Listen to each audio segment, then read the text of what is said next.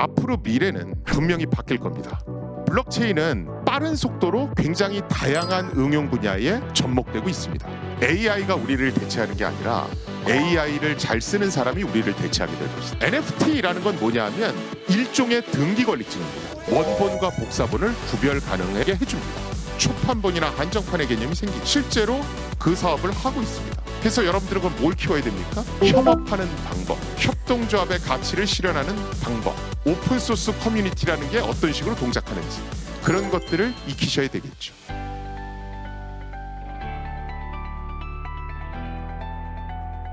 화요일의 설레임, 화요일의 즐거움. 가천대학교가 자랑하는 명품 시그니처 교양 강연 지성학이 있는 화요일입니다. 저는 운영교수 조성준입니다. 네. 자, 오늘도 변함없이 25명의 서포터즈 학생들이 스튜디오 함께 하고 있고요. 또 900명의 온라인 수강생들도 함께 하고 있습니다. 자, 오늘 학교 오는데 많이 추웠죠? 네. 이제 겨울이 성큼 우리 곁으로 다가온 것 같습니다.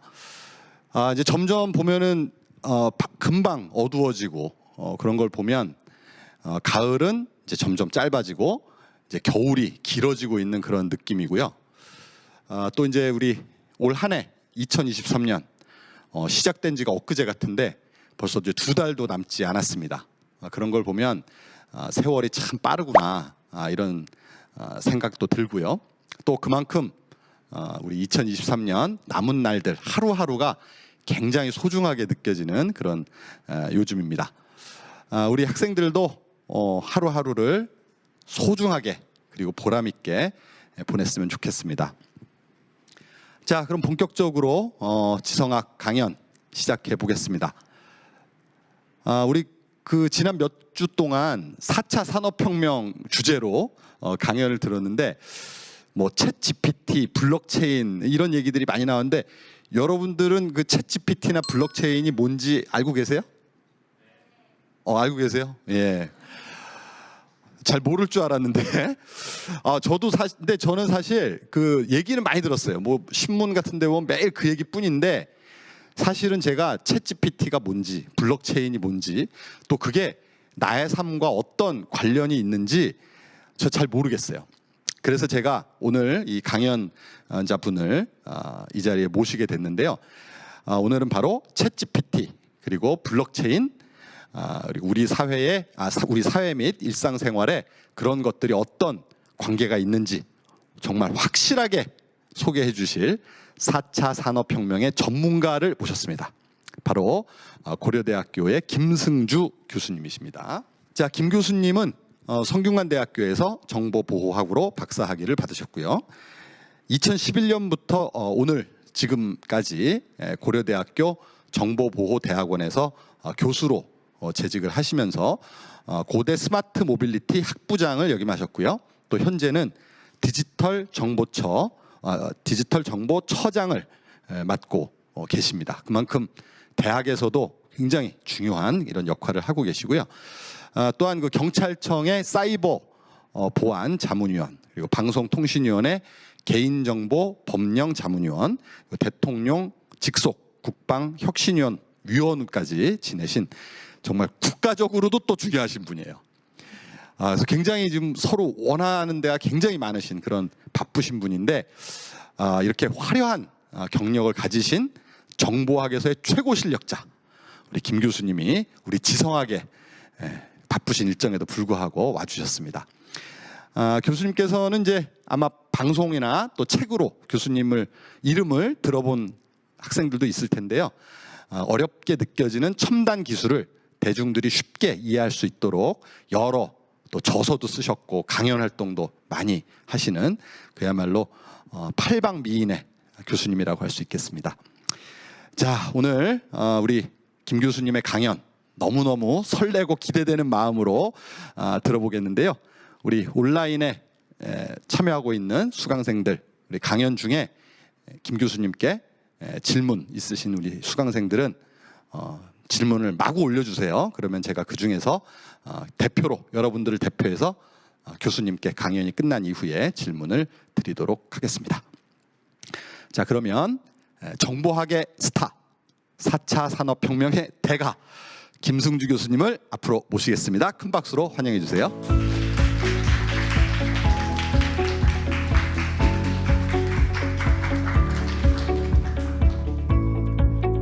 네, 고려대학교 김승주입니다. 이렇게 이쁜 캠퍼스에 그리고 또 아주 지성학 강연이라고 하는 가천대 대표적인 교양 프로그램에 불러주셔서 감사드리고요. 사실은 앞에서 대가다 어쩌다 이렇게 얘기해 주셨는데 그 정도는 아니고요. 그 대신 제가 여러분들한테 내가 앞으로 졸업을 하고 사회 나가면 어떠한 목표를 두고 내 어떤 직업을 가져야 될까, 이 사회가 앞으로 어떻게 변할까, 이런 것들에 대해서 어떤 길라잡이 정도는 될 수 있는 어떤 그런 강연을 해드려 보려고 노력하겠습니다. 우리나라는 외국인들한테 대한민국 그럼 뭐가 떠오르세요? 그러면 빨리빨리요 이런 얘기 하죠. 그 얘기는 변화에 굉장히 대처를 잘한다 이런 얘기라고도 할 수 있겠습니다. 그런데 사실은 그걸 조금 다른 각도로 보면 유행에 굉장히 민감한 민족이기도 합니다. 우리가 비트코인, 블록체인 얘기하다가 갑자기 무슨 메타버스 얘기하다가 생성형 AI 지금 막 이러고 있죠. 요새는 이제 생성형 AI 얘기가 조금 들어갔습니다. 그런데 이런 얘기들이 불과 한 1년 6개월 요 사이에 막 등장했던 얘기들입니다. 그 사이에 또 양자 컴퓨터도 있었네요. 그런데 우리 이제 변화에 민감하다 보니까 이런 것들이 나오면 열심히 막 유튜브도 보고 이러면서 또 그걸 적응해 나갑니다. 근데 이제 문제는 그 기술 하나하나에 집착을 하다 보니까 전체 그림을 못 보는 경우가 있어요. 그래서 과거에 했던 건 다 이제 잊었던 게 없어졌던 게 되는 거고 새로운 것만 막 몰두하는 겁니다. 그래서 오늘 제가 말씀드릴 것은 지금 막 유행어처럼 나오고 있는 모든 기술들이 사실은 별개의 것이 아니고 다 이어져 있다. 이 얘기를 드리고 싶어요. 그래서 얘네들이 다 이어져서 어떤 목표를 향해서 가는데 여러분들이 그 목표가 뭔지를 알고 거기에 맞춰서 공부도 하고 어떤 직업 설계도 하면 조금 더 미래의 보탬이 되실 수 있을 겁니다. 그 얘기를 드리고 싶습니다. 제가 결론 부분에 말씀드릴 내용을 미리 이제 가지고 왔습니다. 우리가 이제 4차 산업혁명 이 얘기 되게 많이 하죠. 그 다음에 생성형 AI 이 얘기도 많이 합니다. 또 이제 요새 웹3다 이런 얘기도 많이 하고 또 스마트 모빌리티 혁명 이런 얘기도 많이 합니다. 근데 제가 저기다가 빨갛게 표시했듯이 저 네 가지는 전부 다 개인이 중심에 있다는 특징이 있습니다. 그리고 이 네 가지의 어떤 사회를 만드는데 빌딩 블록, 요소 기술로 사용되는 게 사실은 블록체인입니다. 그래서 오늘 요 곳들에 대해서 말씀을 드려보려고 그래요. 근데 시간상 스마트 모빌리티 혁명은 제가 생략하게 될 것 같고요. 4차 산업혁명, 생성형 AI, 웹3 말씀드리고 이것이 비트코인이나 블록체인과 어떻게 엮여지는지를 설명을 드리려고 합니다. 먼저 우리가 디지털 트랜스포메이션이라고 그러죠. 4차 산업혁명이라고 그러는 거. 이전에 4차 산업혁명 강의 있었나요? 이게 처음인가요? 지성학 강연에서? 말씀을 하시면 안 되는군요. 자, 4차 산업혁명 얘기 되게 많이 들어보셨죠? 1차 산업혁명, 2차 산업혁명, 3차 산업혁명 그러면 저렇게 키워드가 있습니다. 육체노동의 기계화, 전기를 이용한 대량 생산, 정보화 및 자동화 이렇게 되어 있습니다. 제가 4차 산업혁명 조카는 노랗게 비워놨죠. 그렇죠? 저기에다가 4차 산업혁명을 대표하는 키워드 하나만 딱 쓰십시오. 그럼 뭘 쓰면 될까요?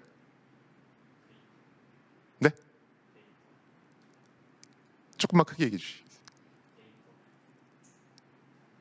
네. 네. 요 네모 안에 들어가는 건 초개인화입니다. 4차 산업혁명이 추구하는 건 초개인화된 서비스를 제공한다. 이렇게 일단은 알아두시면 돼요. 제가 지난 정부 때 이제 대통령 직속 4차 산업혁명위원회 이제 위원 생활을 했었습니다. 그때 이제 미국에서 관련 공무원들이 오면 미국 애들이 전면에 내세우는 게 뭐냐면 스마트 제조라고 하는 걸 전면에 내세웁니다. 미국이 이제 제조 산업이 이제 워낙 중요하다 보니까 4차 산업혁명 중에서 너희들이 신경 쓰는 게 뭐야? 그러면 우린 스마트 제조가 제일 중요해. 뭐 이런 식으로 얘기합니다. 스마트 매뉴팩처링 이렇게도 얘기하고요. 이 스마트 제조라고 하는 게 뭐냐면 우리가 지금 스마트 디바이스를 이용해서 자동차도 부르고 음식도 시키고 뭐 다 하고 있죠. 그렇죠? 그 다음에 스마트 워치를 차고 다니면서 내 동선이 전부 다 기록이 됩니다. 그렇죠? 이런 정보들을 클라우드나 이런 데 다 모아서 분석을 하면 그 사람의 생활 패턴을 알 수 있죠. 그렇죠? 자, 그런데 그 개개인에 대해서 저 사람은 생활 패턴이 어떻구나 이렇게 분석하는 건 이제 개인정보보호법 위반 소지가 있습니다. 그 대신 통계 분석하는 건 가능하죠.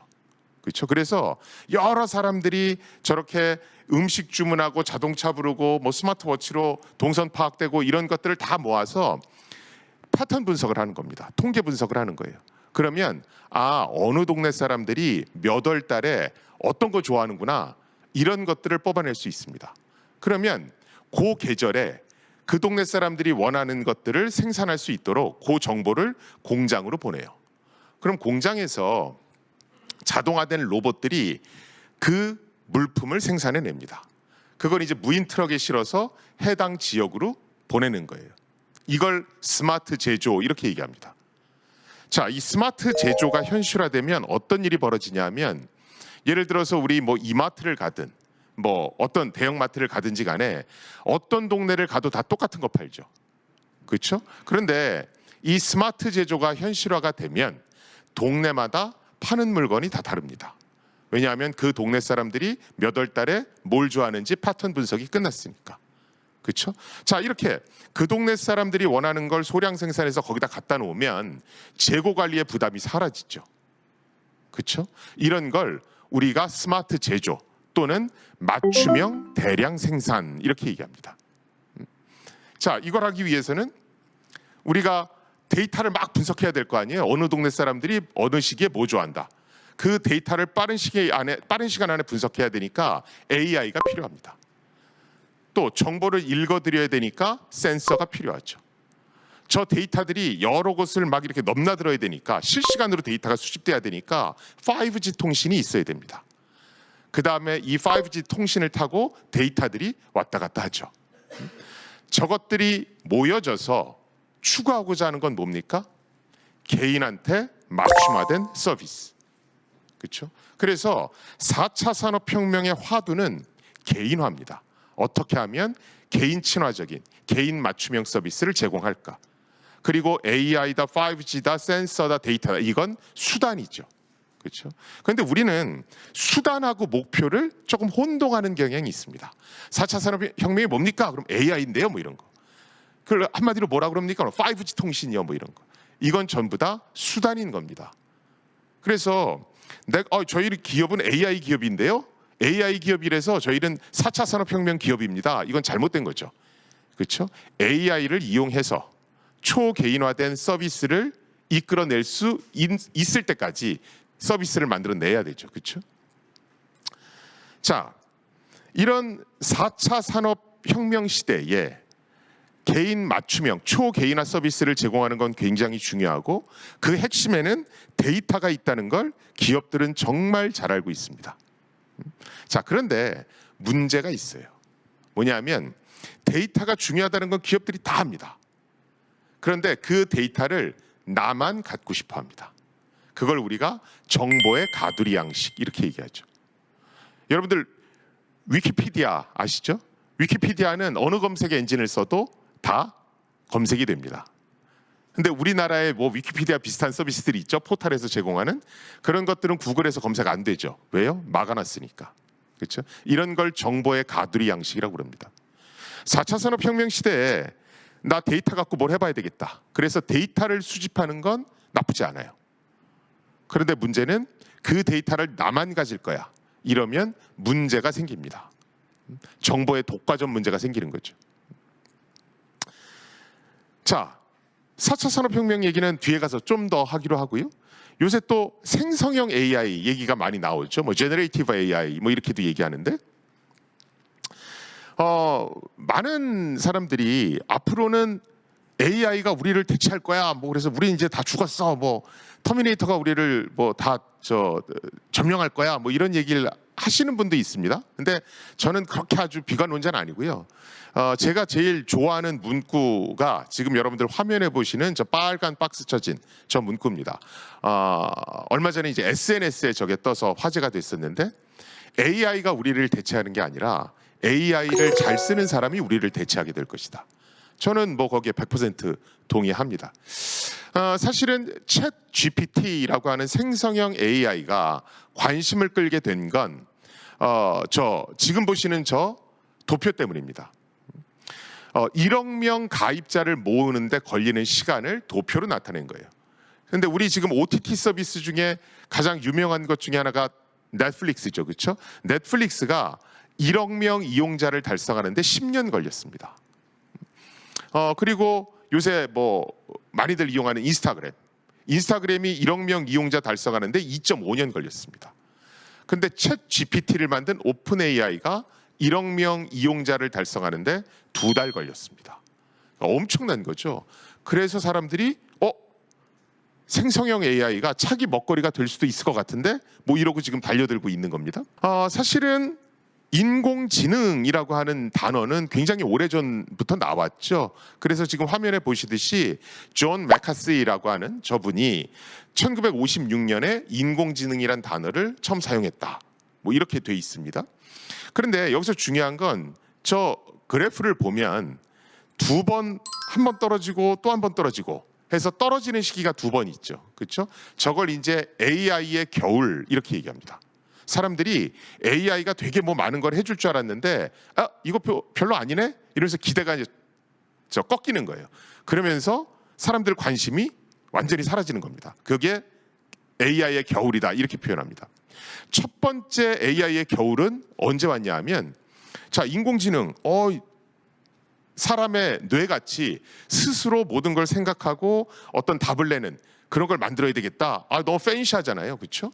그래서 사람들이 막 연구를 하는데 인공지능이라는 게 생각보다 간단한 문제도 잘 못 푼다. 이런 걸 누군가가 논문에서 지적을 했습니다. 그러면서 사람들이 AI 이거 별거 아니네. 이러면서 1차 AI 겨울이 찾아옵니다. 그런데 사람들이 또 연구를 많이 해서 야, 그런 거 극복할 수 있어. 이렇게 또 답안을 만들어냅니다. 자, 그래서 인공지능을 막 연구하는데 또 한 번 시련에 부딪힙니다. 뭐냐면 인공지능을 학습을 시키려면 굉장히 많은 데이터도 필요하고 굉장한 고성능의 컴퓨터도 필요하다는 것을 알게 된 거예요.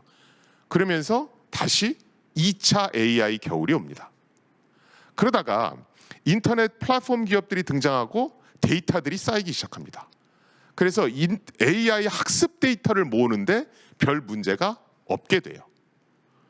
그리고 막 컴퓨터 게임 이런 것들이 나오면서 우리 CPU라고 그러죠. 중앙처리 장치. 이 CPU보다 더 성능이 좋은 GPU라고 하는 게 나옵니다. 엔비디아라는 회사가 그걸로 유명하죠.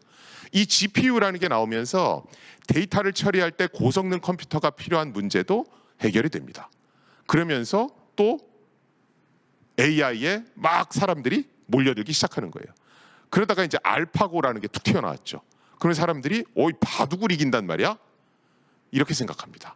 그리고 좀 잠잠해지다가 챗 GPT에 들어서 이제 뭐 AI 산업이 막 꽃을 피우고 있다. 이렇게 보시면 될 것 같아요. 일단은 뭐 AI에 대해서 오늘은 얘기하려는 게 아니니까 일단 기본적인 용어부터 한번 알아볼게요. 일단은 뭐 우리가 챗 GPT 얘기하려면 AI, 머신러닝, 딥러닝 요거는 조금 아셔야 됩니다. AI는 뭐 인공지능이고 머신러닝은 기계학습이고 딥러닝은 뭐 딥러닝이죠. 그렇죠? 이걸 일단은 어떻게 보시면 되냐면 AI라고 하는 게 있고 그 AI 안에 머신러닝이라는 개념이 있다. 그리고 머신러닝 개념 안에 딥러닝이라고 하는 개념이 있다. 그래서 포함 관계로 보면 AI가 제일 크고 그 안에 머신러닝이 있고 그 안에 딥러닝이 있다. 일단 이 정도만 알아두시면 될 것 같습니다. 포함 관계는. 자, 그러면 제가 AI가 뭔지는 다 아실 거고, 머신러닝하고 딥러닝은 과연 뭐가 다르기에 요새 사람들이 딥러닝에 그렇게 열광하는 걸까? 그것만 간단하게 말씀드릴게요. 제가 지금 그림을 하나 화면에 띄워놨습니다. 자동차 이걸 딱 보여주니까 이건 뭐 자동차다, 자동차가 아니다 이렇게 인공지능이 대답을 하는 거예요. 그렇죠? 그런데 위에 그림하고 아래 그림하고 조금 다릅니다. 뭐가 다르냐면 위에 그림에서는 feature extraction, 그래서 저게 우리나라 말로 하면 특징점 추출입니다. 저 특징점 추출을 저희 사람이 이렇게 노트북 앞에 앉아 있잖아요. 특징점 추출을 사람이 한다는 얘기입니다. 그 다음에 분류 작업은 기계가 한다. 요게 위에 있는 그림이 뜻하는 바예요. 아래에 있는 그림은 뭘 뜻하냐 하면 특징점 추출과 분류를 전부 다 기계가 한다는 뜻입니다. 자, 이게 무슨 얘기냐면 제가 예제를 하나 갖고 왔습니다. 어떤 AI를 만들고 싶냐면 사진을 딱 보여주면 그 사진을 AI가 인식해서 이거는 동양인이다, 이거는 미국인이다, 이건 유럽인이다, 이걸 구분해내는 그런 AI를 만들고 싶어요. 그렇죠? 자, 그러면 어떻게 만드냐 하면 일단 사람이 생각을 합니다. 사람이 야, 인종은 어떻게 구별할 수 있을까? 이렇게 생각을 하는 거예요. 그럼 인종은 어떻게 구별합니까? 얼굴형, 갸르스름하냐 동그라냐 뭐 이런 얼굴 전체 형이요. 그렇죠? 그 다음에 요 눈이 옆으로 찢어졌냐 동그라냐 뭐 이런 거. 그렇죠? 그 다음에 눈썹이 뭐 두께는 어떻고 얼마나 꺾였냐 뭐 이런 거. 코끝이 뭐 뭉툭하냐 날카롭냐 뭐 이런 거. 그 다음에 입술이 뭐 두툼하냐 뭐 아니면 인매가 뭐 날카롭냐 뭐 이런 것들. 그렇죠? 그래서 우리가 보통 보면 그래, 인종은 요런 특징점으로 구별할 수 있어. 이거 우리가 일반적으로 알고 있는 거죠. 그렇죠? 요거는 사람이 기계한테 가르쳐 줍니다. 사람이 AI한테 야, 전체 얼굴형, 그다음에 요 눈이 옆으로 얼마나 찢어졌는가, 코끝, 인매 이런 거 가지고 인종을 구별할 수 있어. 이런 특징점에 대한 정보는 사람이 주는 거예요. 그리고 사진을 막 보여주면 얘가 학습하기 시작합니다. 한국인은, 동양인은 눈이 옆으로 얼마나 찢어졌구나, 미국인은 눈이 어느 정도로 동그랗구나, 눈썹은 어느 정도로 얇구나, 얼굴형은 동양인일수록 동그라미에 가깝고 서양인일수록 뭐 이렇게 이제 길구나, 뭐 기타 등등, 갸르스름하구나 뭐 이런 거, 이런 것들을 컴퓨터가 뽑아내기 시작합니다. 이런 식으로 프로그래밍 되는 것이 머신러닝이에요. 특징점은 사람이 뽑아내고 그 각각 특징점에 대한 구체적인 수치는 기계가 학습을 해내는 겁니다. 자, 이게 꽤 잘 돌아갈 것 같은데 생각보다 그렇지 않습니다. 왜 그러냐 하면 우리가 자연스럽게 하고 있는 행동들이 우리는 자연스럽게 합니다만 그게 왜 그런지 설명해 보십시오. 그러면 설명을 못하는 경우가 태반입니다. 예를 들어서 우리가 어떤 사람이 길을 걷는데 뒷모습을 보면 나이를 짐작할 수 있을 것 같잖아요. 그렇죠? 그런데 뒷모습의 어떤 특징점을 보면 나이를 구분할 수 있을까요? 이렇게 물어보면 딱히 이렇게 명쾌하게 대답을 못합니다. 예를 들어 제가 이렇게 걷잖아요. 근데 어떻게 걷는 겁니까? 라고 물어보면 그냥 걷는데 정확히 원리는 모르겠어요. 뭐 이럽니다. 어떻게 하면 높은 목소리를 낼까요? 그러면 그냥 나와야지, 이걸 딱히 설명할 수가 없거든요. 실제로 우리가 자연스럽게 하는 많은 일들은 자연스럽지만 설명하기는 굉장히 난해한 것들이 많습니다. 설명하기 어렵다는 얘기는 특징점 추출이 안 된다는 얘기입니다. 그렇죠? 자, 그래서 딥러닝이라는 게 나옵니다. 딥러닝은 사진을 드립다 보여줘요. 그랬더니 특징점 추출도 기계가 하고 그에 따른 분류도 기계가 합니다. 그러니까 굉장히 편하죠. 사진만 많이 있으면 저걸 얼마든지 할 수 있는 거예요. 자, 딥러닝이 편하고 성능도 굉장히 좋은데 문제가 있습니다. 무슨 문제가 있을까요?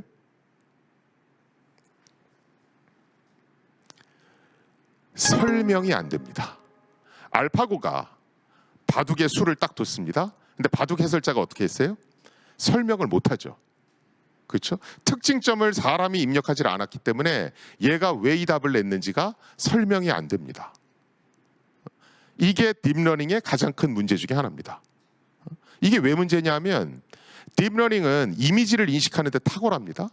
그러면 내 CT나 MRI 사진을 보여줬어요. 그랬더니 이 AI가 암에 걸리셨는데요 이럽니다. 근데 설명은 안 돼요. 그러면 환자가 그걸 받아들일 수 있겠어요? 이런 문제가 생기는 겁니다. 이런 걸 이제 설명 불가능한 AI 이렇게 얘기를 하는 겁니다.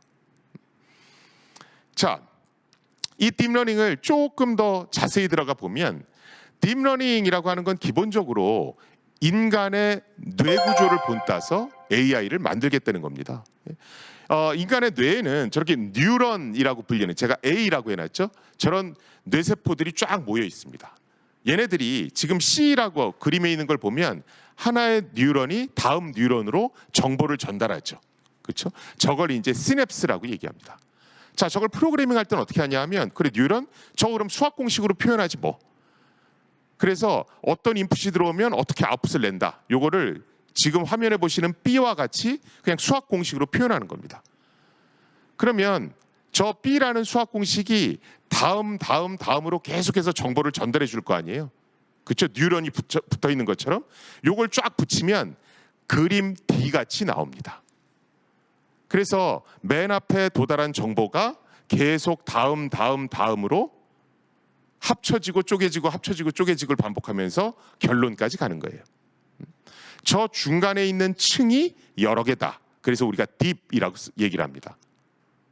그래서 저 딥러닝이라고 하는 게 결국은 인간의 뉴런과 시냅스 구조를 수학 공식으로 바꿔서 컴퓨터 프로그램으로 만들어 놓은 거예요. 우리가 AI 파라미터 이런 얘기를 굉장히 많이 하는데 수학 공식에는 뭐 AX 플러스 B 이런 식으로 해서 뭐 AB 이런 것들이 들어가잖아요. 그렇죠? 이런 것들이 전부 다 파라미터입니다. 뉴런의 개수가 많으면 많을수록 파라미터의 개수도 많아지겠죠. 그렇죠? 수학 공식을 많이 풀어야 되니까. 그렇죠? 그렇게 되니까 실제로 고성능의 컴퓨터가 필요해지는 겁니다. 뭐 우리가 오늘 다뤄볼 건 생성형 AI니까 제가 아까 AI 안에 머신러닝이 있습니다. 그리고 머신러닝 안에 딥러닝이 있습니다. 이렇게 말씀드렸죠. 그렇죠? 그 딥러닝 안에 생성형 AI라고 하는 제너레이티브 AI가 있습니다. 이 생성형 AI는 말 그대로 뭔가를 만들어주는 AI입니다. 이 AI는 그냥 크게 얘기하면 분류형 AI. 예를 들어서 사진을 보여주면 이게 개다, 고양이다 이런 식으로 분류하는 거. 또 사진을 보여주면 이게 아시아인이다, 유럽인이다 이렇게 분류해 주는 거. 이게 가장 일반적입니다. 그런데 생성형 AI는 뭔가를 만들어주는 AI입니다. 개 그림을 그려주고 고양이 그림을 그려주고 뭐 이런 거. 그래서 제가 지금 화면에 뭘 갖고 왔냐면 얼마 전에 이제 SNS상에서 굉장히 화제가 됐던 그림 중에 하나입니다. 지금 저 위에 만화 주인공이 있잖아요. 저게 이제 일본 만화인 시티 헌터라는 만화에 나오는 남녀 주인공입니다. 저걸 생성형 AI한테 주고 저걸 실사 영화 주인공처럼 바꿔줘. 그럼 밑에 그림이 나오는 겁니다. 이렇게 뭔가를 만들어내는 AI. 이걸 이제 생성형 AI라고 그러고 챗 GPT는 뭡니까? 문장을 만들어내는 AI입니다. 자, 챗 GPT는 앞에 G는 제너레이티브의 줄임말입니다. 그러니까 뭔가 생성한다는 얘기죠. P는 프리트레인드의 줄임말입니다. 이건 사전 학습했다. 그렇죠? 그런데 뭘 학습했냐 하면 인터넷상에 있는 방대한 단어와 문서를 학습을 했습니다. 그래서 지금 챗GPT 같은 경우에 3천억 개의 단어, 정확히는 토큰입니다. 3천억 개의 단어와 5조 개의 문서를 학습했다라고 알려져 있습니다. 이걸 다 어디서 갖고 왔습니까? 인터넷에서 갖고 온 겁니다. 그냥 긁어온 거예요. 저렇게 긁어와서 뭘 학습하냐 하면 단어와 단어 사이의 상관관계를 학습합니다. 어떤 단어가 나왔을 때는 그 다음에 요 단어가 올 확률이 높네 뭐 이런 거. 그래서 단어와 단어 사이, 문장과 문장 사이의 그 상관관계를 학습한 게 챗 GPT입니다. 그 다음에 여기서 T는 트랜스포머의 줄임말입니다. 이건 제가 뒤에서 얘기를 할 거고요. 즉 생성형 AI에 속하는 챗 GPT는 단어와 단어 사이의 상관관계를 학습해서 문장을 생성해내는 생성형 AI입니다. 챗 GPT의 T가 트랜스포머라고 말씀을 드렸죠. 저 트랜스포머는 구글이 만든 기술입니다. 그래서 생성형, 그러니까 챗 GPT를 학습시킬 때 병렬화시켜서 속도를 끌어올릴 수 있는 어떤 기술이다, 이렇게 일단은 보시면 될 것 같고요. 사실은 굉장히 아이러니하죠. 저 트랜스포머라는 기술을 구글이 개발했는데 챗 GPT를 만든 건 오픈 AI라는 회사잖아요. 그렇죠? 오픈 AI의 사장인 샘 엘트먼이라는 사람은 사업화의 귀재로 알려져 있습니다. 그래서 AI 관련 연구는 구글이 굉장히 많이 앞서 있음에도 불구하고 구글은 이걸 뭘로 연결시켜서 사업화시킬까? 이걸 이제 주저했던 거예요. 그런데 샘 엘트먼이 저걸 채팅 서비스랑 연결한 겁니다. 그런데 이게 의외로 엄청난 폭발력을 갖고 1억 명의 가입자를 모은 거예요. 그래서 지금 구글도 그렇고 마이크로소프트도 그렇고 이 시장에 막 뛰어들고 있는 겁니다. 마이크로소프트는 지금 오픈 AI를 인수했죠. 그래서 마이크로소프트는 챗 GPT, 그러니까 저 생성형 AI를 뭐랑 붙이려고 하고 있습니까? 마이크로소프트 오피스 시리즈랑 붙이려고 하고 있죠. 저는 이제 디지털 정보처에 있다 보니까 그 서비스를 사실 먼저 봤습니다. 자, 어떻게 되냐면 우리 엑셀 많이 쓰시잖아요. 엑셀 출력하는데 야, 여기 있는 데이터를 김승주와 관련한 데이터만 추려서 이런 포맷으로 바꿔줘. 그럼 알아서 바꿔줍니다. 그 다음에 예를 들어 MS 워드로 문서 쓰는데 내가 이런 내용의 글을 작성하려고 그러는데 관련해서 큰 틀을 좀 잡아줘. 그럼 알아서 틀을 잡아줍니다.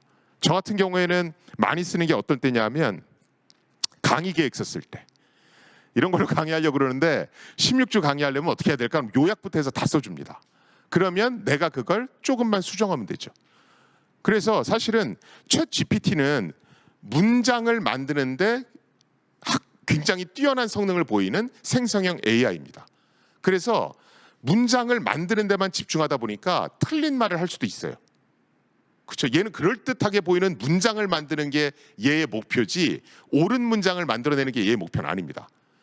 그래서 어떤 걸 만들어줘 그러면 인터넷에 자기가 분석한 상관관계를 가지고 굉장히 그럴듯한 문장을 쫙 만들어줘요. 그런데 일단 그렇게 문장을 만들어주면 전문가가 보고 내 입맛에 맞게끔 고치면 됩니다. 그래서 챗 GPT를 썼을 때 가장 큰 장점은 뭐냐면 생산성이 무진장 높아집니다. 여러분들이 어떤 거 보고서 같은 거 쓰실 때 MS 워드 딱 튀어놓고 하얀 백지에서 시작하는 거하고 그래도 뭔가는 써 있는데 그거 수정하는 거하고 후자가 훨씬 생산성이 높죠.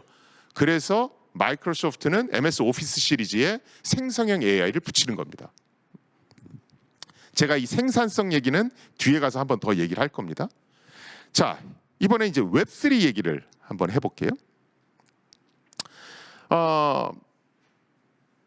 우리가 지금 인터넷을 굉장히 쉽게 쓰죠. 마우스로 클릭만 하면 막 넘어갑니다. 그렇죠? 사실은 초창기에 나온 인터넷은 이렇게 쓰기가 편하지 않았습니다. 초창기에 나온 인터넷은 어느 정도 전문적인 지식이 있어야지만 쓸 수 있었어요. 그런데 영국의 팀 버너스-리라고 하는 사람이 지금 우리가 쓰는 이런 인터넷, 마우스 클릭만 가지고 이 사이트 저 사이트를 넘나들 수 있도록 하는 이런 인터넷을 만들어냅니다. 이 기술을 우리가 뭐라고 그러냐 하면 월드 와이드 웹 이렇게 얘기합니다. 줄여서 웹. 여러분들이 인터넷 어디 접속하려고 그러면 맨 앞에 www. 이렇게 치죠. 이게 월드 와이드 웹의 줄임말입니다. 그래서 팀 버너스-리가 이 웹이란 기술을 만들어서 공개를 했기 때문에 지금 우리가 인터넷을 굉장히 편하게 쓰는 겁니다. 이때를 웹 1 시대 이렇게 얘기합니다. 이때 주로 돈을 벌던 기업들이 포털 사이트 운영하는 기업들 또는 검색 엔진 만드는 기업들입니다. 자, 웹 1이 딱 나오고 나서 한 15년쯤 지났습니다. 그래서 웹 2 시대로 진입합니다. 이 웹 2 시대가 지금 우리가 살고 있는 이 시대입니다. 웹 1 시대에서는 이용자들이 인터넷을 쓰는 패턴이 굉장히 수동적이에요. 그냥 방송국이 뉴스를 만들어 놓으면 그냥 그거 보는 겁니다. 또는 뭐 날씨 정보 보고 논문 다운로드 받고 뭐 이런 겁니다. 근데 웹 2 시대가 되니까 이용자가 인터넷에 적극적으로 개입하기 시작합니다. 내가 찍은 사진을 인터넷에 올려서 타인과 공유하고, 내가 쓴 글을 인터넷에 올려서 타인과 공유합니다. 또 경우에 따라서는 나 자신이 뉴스를 만들어내기도 합니다. 즉, 웹 1 시대에서는 이용자가 컨슈머였는데 웹 2 시대에서는 이용자가 생산자이자 소비자, 프로슈머가 되는 겁니다. 이러면서 웹 2 시대에 돈을 벌던 기업들은 소위 말하는 플랫폼 기업입니다. 그런데 웹 2 시대를 쫙 겪고 있으면서 이용자들이 불만을 갖기 시작하는 거예요.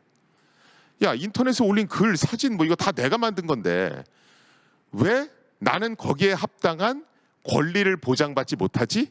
이런 의문을 제기하기 시작합니다. 그래서 야, 지금보다는 컨텐츠 크리에이터들한테, 컨텐츠 소유자들한테 조금 더 많은 권리를 보장해 줘야 되겠다. 이게 바로 웹3가 표방하는 목표입니다. 그래서 웹3 시대를 오너십 이코노미의 시대다, 크리에이터 이코노미의 시대다 이렇게 얘기하는 겁니다. 그런데 인터넷 방송, 인터넷 강연을 보면 이 웹3를 잘못 설명하는 경우가 있어요. 어떻게 설명하냐 하면 지금 플랫폼 기업들이 모든 이익을 독차지하기 때문에 그 이익을 컨텐츠 크리에이터들한테 나눠주는 게 웹3 시대입니다. 그게 웹3의 철학입니다. 이렇게 얘기하는 분들이 계십니다.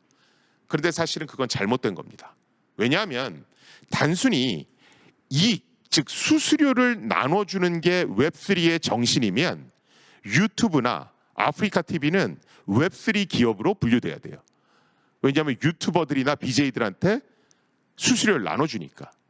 그렇죠? 그래서 단순히 이익을 나눠주는 게 웹3가 아니고요. 웹3 시대는 규칙도 같이 만들겠다는 개념이 녹아들어가 있습니다. 지금 우리가 유튜브를 보면 몇 대 몇으로 이익을 나눈다. 어떤 컨텐츠가 올라가면 삭제된다. 어떤 컨텐츠가 올라가면 계정이 폐쇄당한다. 이 모든 규칙은 누가 만듭니까? 유튜브, 즉 유튜브를 운영하는 구글이 일방적으로 만들어서 우리한테 따를 것을 강요하죠. 그렇죠? 이런 건 웹3가 아닙니다. 웹3는 규칙 자체도 다 같이 만들고 거기에서 발생하는 이익도 같이 나누자는 겁니다.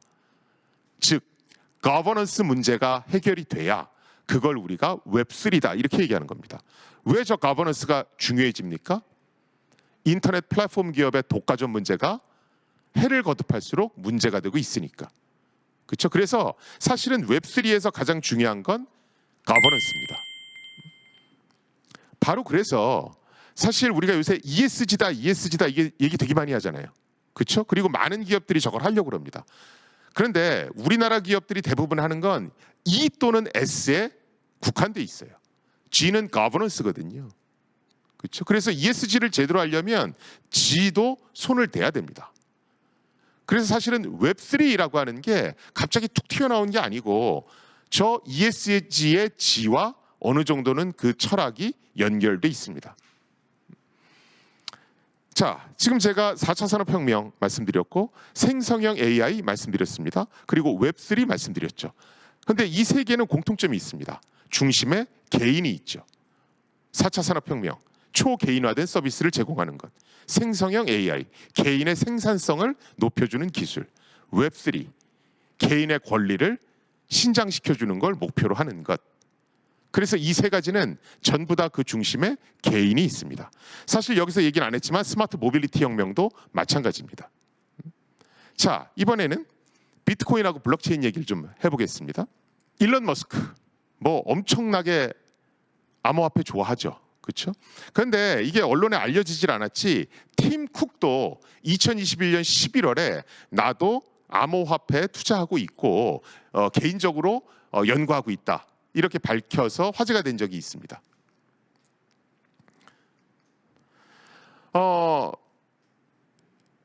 삼성그룹은 이제 정기적으로 다 사장단들이 다 모여서 삼성의 미래 먹거리가 뭔가 이런 것들을 이제 연구하곤 합니다.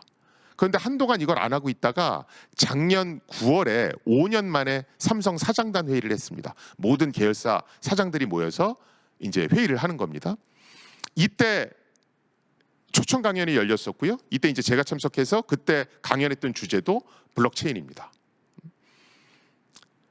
자, 저렇게 작년까지 핫했는데 요새는 이제 이런 기사들도 많이 봅니다. 뭐냐면 메타버스랑 NFT는 이제 한물 같다. 이제 챗GPT 생성형 AI의 대세다. 사실은 이런 기사는 우리나라 언론에서도 많이 볼 수 있습니다. 제가 오늘 말씀드리고자 하는 것은 이런 기사는 틀렸다라는 얘기를 하기 위해서 이 자리에 쓴 겁니다. 자, 일단은 비트코인 얘기부터 좀 하고 왜 틀렸는지를 설명드릴게요. 지금 여러분들이 보시는 이 논문이 비트코인을 세계 최초로 제안한 논문입니다. 2008년 10월에 인터넷에 공개됐고요. 저 논문을 쓴 사람이 사토시 나카모토라고 돼 있는데 저 사람 얼굴을 본 사람은 아무도 없습니다. 저 논문을 쓰고 저 논문 내용에 대해서 의견을 나누는 건 이메일을 통해서 또는 인터넷을 통해서만 주고받았고 얼굴을 노출시킨 적은 없습니다. 그마저도 이제 더 이상은 지속하지 않고 있어서 살았는지 죽었는지도 알려져 있지 않습니다. 저 비트코인이란 논문이 인터넷에 공개된 2008년이란 시기는 언제냐 하면 미국의 리만 브라더스라고 하는 대형 은행이 파생 상품 남발해서 팔다가 글로벌 금융 위기를 초래한 그 시기입니다. 그래서 저 노란 박스에 중앙은행은 법정 통화 가치에 논쟁의 여지가 없도록 신뢰를 받아야 하지만 화폐의 역사는 그런 신뢰를 완전히 저버린 사례로 가득하다. 어쩌고 저쩌고 써 있죠. 저게 이제 사토시 나카모토가 쓴 얘기입니다. 그래서 사실은 저 글을 보면 사토시 나카모토가 금융기관에 대해서 굉장한 불신감을 갖고 있다는 걸 알 수가 있습니다. 그 시대적 배경을 이해한 상태에서 비트코인을 보셔야 됩니다. 그 다음에 여러분들이 두 번째로 신경 써야 되는 건 논문의 제목입니다.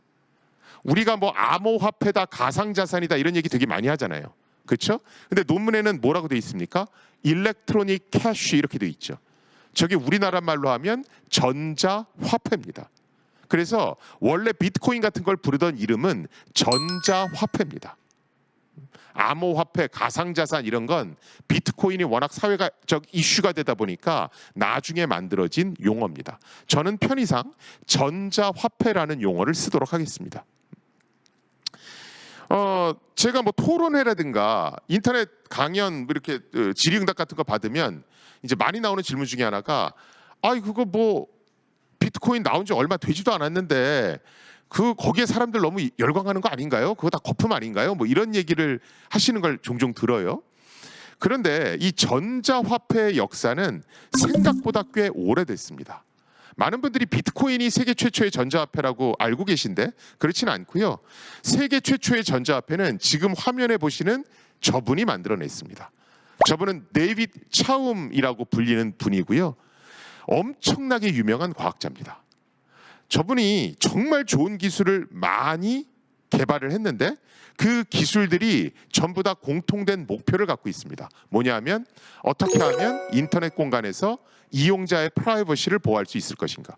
그래서 저 양반을 프라이버시 보호의 아버지 이렇게도 부릅니다. 저 양반이 만든 대표적인 기술이 뭐가 있냐면 여러분들 해커 나오는 영화 보면 해커가 컴퓨터 시스템에 한 번에 침투하지 않죠. 어떻게 합니까? 여러 나라를 막 경유해서 들어가잖아요. 그 그림으로 막 보여지잖아요. 그게 이제 자기가 안 잡히려고 그러는 겁니다. 그 원천 기술을 개발한 사람도 저 양반입니다. 그래서 아무튼 인터넷 공간에서 프라이버시 보호가 관련 있는 것들은 다 저 사람이 처음 만들었다. 이렇게 보시면 돼요. 저 프라이버시 보호의 아버지라고 불리는 사람이 만든 기술 중에 전자화폐도 있는 겁니다. 이 양반이 왜 전자화폐를 만들었냐 하면 우리가 일상생활에서 물건을 사고 대금을 지불하는 방법은 두 가지가 있습니다. 현금을 내거나 신용카드를 내거나. 그런데 인터넷 쇼핑몰은 신용카드 말고는 대금 지불 수단이 없죠. 끼케야 계좌이체. 그런데 이런 신용카드나 계좌이체는 내가 어디서 얼마를 썼는지 추적되는 문제가 있습니다. 그래서 이 양반은 무슨 생각을 하냐면 현실 세계에서 익명성을 보장하는 현금이 있으면 사이버 공간에서도 똑같이 그게 존재해야 공평한 거 아니야? 이렇게 생각합니다. 그래서 인터넷 공간에서의 현금을 만들고 싶어 해요. 그게 전자화폐입니다. 그래서 남들이 비트코인 같은 거는 쓸데없는 거 왜 만듭니까? 왜 만드냐 하면 익명성을 보장받기 위해서 만드는 겁니다. 전자화폐의 존재 이유는 딱 하나입니다. 익명성 보장. 그런 의미에서 봤을 때 싸이월드에서 얘기하는 도토리, 이거는 전자화폐는 아니죠. 왜냐하면 싸이월드를 운영하는 회사가 누가 도토리 몇 개 갖고 있고 어디서 썼는지 추적할 수 있으니까. 자, 그런데 기술적으로 봤을 때 이 전자화폐라고 하는 게 만들기가 그렇게 쉽지가 않습니다. 익명성을 보장해 줘야 되고요. 여러분들이 지갑에서 종이로 된 화폐를 보시면 지금 화면에 보시는 것처럼 각종 위조 방지 장치가 있는 걸 볼 수 있습니다. 왜냐하면 칼라 복사기나 스캐너로 복사해서 쓰는 사람들이 있거든요. 근데 전자화폐는 디지털 정보로 이루어진 화폐입니다. 그래서 디지털의 속성상 복사를 하면 원본과 복사본이 똑같아집니다. 즉 위조 화폐를 만드는 것이 전자화폐가 종이화폐보다 훨씬 쉽습니다. 그래서 전자화폐를 만들 때는 위조 화폐를 어떻게 차단할 것이냐, 그 대책을 반드시 마련해 줘야 됩니다. 데이빗 차운 박사는 어떻게 이 문제를 해결했냐 하면 중앙에 은행을 둬서 은행으로 하여금 위조 전자화폐를 단속하게끔 만들어 놨습니다. 우리가 신용카드 쓸 때 신용카드를 단말기에 긁어요. 그럼 카드 정보가 금융기관으로 날아가죠. 그래서 이게 분실 신고 들어온 카드인가 또는 한도 초과된 카드인가를 확인합니다. 만약에 정상 카드면 신호가 다시 상점으로 가고 전표가 출력된 다음에 나는 거기 사인을 하죠. 이거랑 똑같습니다. 내가 한 500만 원을 가져가서 은행에다가 저 전자화폐 주세요 그럽니다. 그럼 전자화폐 발급받죠. 저거를 인터넷 쇼핑몰에 가서 씁니다. 전자화폐로 지불하죠. 그럼 상점 주인 입장에서는 내가 받은 전자화폐가 위조 전자화폐인지 아닌지를 판별해야 됩니다. 어떻게 판별하냐 하면 자기가 받은 전자화폐의 일련 번호를 확인해요. 1477번 이렇게 돼 있네요. 그러면 은행에 물어보는 겁니다. 내가 지금 1477번 전자화폐를 받았는데 이게 과거에 사용된 적이 있습니까? 이렇게 물어봅니다. 그럼 은행은 데이터베이스를 조회해서 저게 과거에 사용된 이력이 있는지를 조회해요. 만약에 과거 이력이 없으면 처음 쓰는 거니까 받으셔도 좋습니다. 이렇게 얘기합니다. 제가 이 얘기를 하면 아니 아이디 A라는 아이디 소유자가 1477번이라는 코인을 썼다. 저거 데이터베이스에 기록을 남기면 익명성이 깨지는 거 아닙니까? 이런 질문을 하시는 분도 계세요. 근데 그렇지는 않습니다. 왜냐하면 여러분들이 인터넷 쇼핑몰 쓸 때 얼굴이 안 드러나죠? 아이디만 드러납니다. 그래서 처음 등록할 때 실명 확인을 별도로 거치지 않는 한 아이디만 갖고 그 사람을 추적할 수는 없습니다. 또 저 아이디는 얼마든지 바꿀 수 있죠. 또 어떤 분들은 그 얘기도 합니다. 돈이라는 건 양도성이 있어서 A가 B한테 돈을 줬으면 B는 그 돈을 다시 C한테 쓸 수 있어야 되고 C는 다시 D한테 이렇게 여러 번 쓸 수 있어야 되는데 저 돈은 한 번만 쓸 수 있지 않습니까? 이렇게 얘기합니다. 맞는 얘기입니다. 그런데 데이빗 차운 박사는 저걸 계속 업그레이드 시켜서 지금 우리가 쓰는 돈하고 똑같은 전자화폐를 만들어냅니다. 그리고 디지캐쉬라고 하는 회사도 차립니다. 근데 시대를 너무 앞서가서 그 회사는 8년 만에 파산합니다. 근데 비트코인은 시기랑 잘 맞아떨어져서 성공하고 있다. 이렇게 보시면 돼요. 아까 말씀드렸듯이 최초의 전자화폐는 1982년, 즉 비트코인이 나오기 26년 전에 나왔습니다. 비트코인은 언제 나왔습니까? 2008년 리만 브러더스 사태가 발생했을 때 나왔죠. 그 리만 브러더스 사태를 다룬 영화가 빅쇼트라고 하는 영화입니다. 그래서 사토시 나토라는 미지의 인물은 금융기관에 대해서 불신감을 갖고 있었다 그랬죠. 그래서 사토시 나카모토는 은행을 배제시키고 싶어 합니다. 그래서 은행의 도움 없이 동작하는 그런 전자화폐를 만들고 싶어 해요. 그런데 은행을 빼버리면 어떤 문제가 생깁니까? 누군가는 위조 전자화폐를 단속해야 되는데 위조 전자화폐를 단속하는 기관이 사라지죠. 그렇죠? 은행을 대신해서 위조 전자화폐를 단속해주는 기술, 그걸 우리가 블록체인이라고 얘기합니다. 그래서 전자화폐를 만드는 방법은 두 가지가 있습니다. 은행을 끼고 만들든가, 이걸 우리가 중앙집중형 전자화폐 이렇게 얘기합니다. 또는 은행을 배제한 상태에서 블록체인 기술을 이용해서 만들 수도 있습니다. 이걸 탈중앙형 전자화폐 이렇게 얘기합니다. 자, 요새는 회사에서 전자화폐를 만드는 게 아니라 각국 정부에서도 전자화폐 발행을 검토하고 있습니다. 작년 기준으로 전 세계 국가 중에 80개 국가 정도가 실제로 전자화폐를 발행하고 있거나 검토하고 있습니다. 여기에 선봉에 있는 나라가 중국이고요. 중국은 디지털 위안화라는 걸 발행해서 쓰고 있습니다. 위안화하고 똑같습니다. 그러면 왼쪽 모델로 만들었을까요? 오른쪽 모델로 만들었을까요? 디지털 위안화는 어떤 걸로 만들었습니까? 왼쪽입니다. 왜? 왼쪽 중앙 집중형이 만들기 쉬우니까. 저 은행의 자리에 누가 있습니까? 중국의 인민은행이 들어가 있습니다. 더 놀라운 건 베이징 동계올림픽 개막식 때 비자 카드 사용 총액보다 디지털 위안화 사용 총액이 훨씬 더 많았다고 그럽니다. 그래서 디지털 화폐는 곧 대세가 될 거다 이렇게 보고 있는 거고요. 우리나라 한국은행도 그래서 적극적으로 검토하고 있는 겁니다. 우리나라 한국은행의 경우에는 오른쪽 모델 탈중앙형 전자화폐 모델을 채용하고 있습니다. 많은 분들이 저 블록체인이라는 기술이 비트코인 논문에서 처음 발표됐다고 생각하시는데 그렇지는 않고요. 블록체인 기술은 1991년에 지금 저 두 명의 과학자에 의해서 개발됩니다. 그런데 저러 과학자들이 개발하고 나서 잊혀졌던 기술을 사토시 나카모토가 가져다가 쓴 겁니다. 자, 블록체인이라는 게 도대체 어떤 기술이길래 은행이 없이도 위조 전자화폐를 단속해 주는가?